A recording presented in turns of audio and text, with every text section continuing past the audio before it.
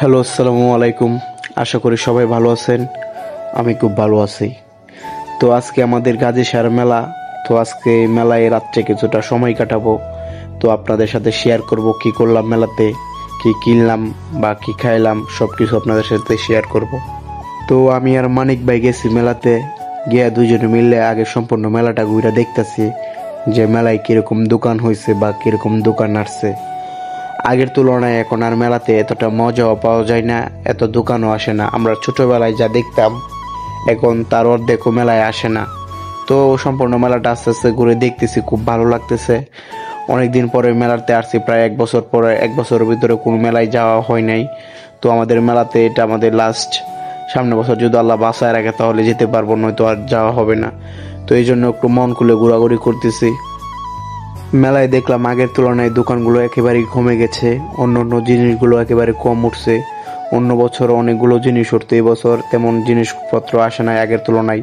তো এই দিক দিয়ে ছোটো ভাইয়েরা ডাকতেছিল, তো গেলাম, গিয়া তাদেরকে নিয়ে একটু ভিডিও টিডিও করলাম। খুব ভালো লাগলো, ছোটো ভাইগুলোর মেলাতে গিয়ে পাইলাম। আমার একটা সানগ্লাস কেনার দরকার, তো সানগ্লাস দিয়ে কিনলাম, তো পছন্দ হইতেছে না। একটার পর একটা লাগাইতেছি, খুলতেছি, কিন্তু একটাও পছন্দ হইতেছে না। সানগ্লাসের দোকানের সামনে প্রায় 10-15 মিনিট ধরে দাঁড়ায় রয়েছি, কোনো সানগ্লাসে পছন্দ হইতেছে না। তারপর ভাবতেছি যে সানগ্লাস কিনতাম না, গত বছর একটা মানি ব্যাগ কিনছিলাম, এই বছর একটা মানি ব্যাগ লইয়াম। মেলাতে জিনিসপত্রের যা দাম, কিনবার মতো কোনো ভাবই দেখতেছি না। এরপর একদম 150 টাকা একটা মানি ব্যাগ লইছি। মানি ব্যাগটা মনে হইতেছে ভালোই, আর আগের বছর একটা কিনছিলাম, 1 বছর চালাইছি। এখন এইটা নিয়ে 1 বছর চালানি যাই চিন্তা ভাবনা করতেছি। তো এই দিক দিয়া ভাবতেছি এখন বাসায় চলে যাবো, বেশিক্ষণ দেরি করা যাইব না, প্রায় রাত্রে এখন 11টার উপরে বাজে।